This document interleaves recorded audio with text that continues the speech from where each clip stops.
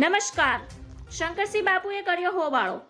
વડોદરામાં એક કાર્યક્રમમાં શંકરસિંહ બાપુએ કહ્યું કે હું છું ને સહેવાગ, હું લાકડા તોડ બેટિંગ કરીશ, ચિંતા ન કરશો, જેને જવું હોય એ તો ગયા, હું તો હવે વિવિયન રિચાર્ડ્સની જેમ બેટિંગ કરવાનો છું. કોંગ્રેસમાંથી અનેક નેતાઓએ વિદાય લઈને ભાજપ તરફ મંડાણ કર્યા છે. આવામાં કોંગ્રેસના ધારાસભ્ય શંકરસિંહ બાપુનું મોટું નિવેદન સામે આવ્યું છે.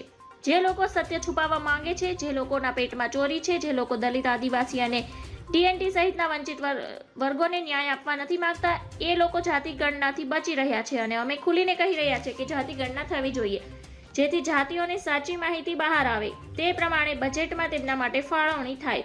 શંકરસિંહ બાપુએ જણાવ્યું હતું કે સમગ્ર દેશ અને ગુજરાતમાં આદિવાસી, ઓબીસી અને દલિતોની સાચી જનસંખ્યાનો આંકડો જો બહાર આવે તો પછી સવાલ ઊભો કરી શકાય કે દેશની જમીનોમાં, સંશોધનોમાં, પ્રોપર્ટીમાં, સત્તાના કેન્દ્રોમાં, ન્યાયતંત્રમાં કેટલી સંખ્યામાં દલિત, આદિવાસી અને ઓબીસી છે.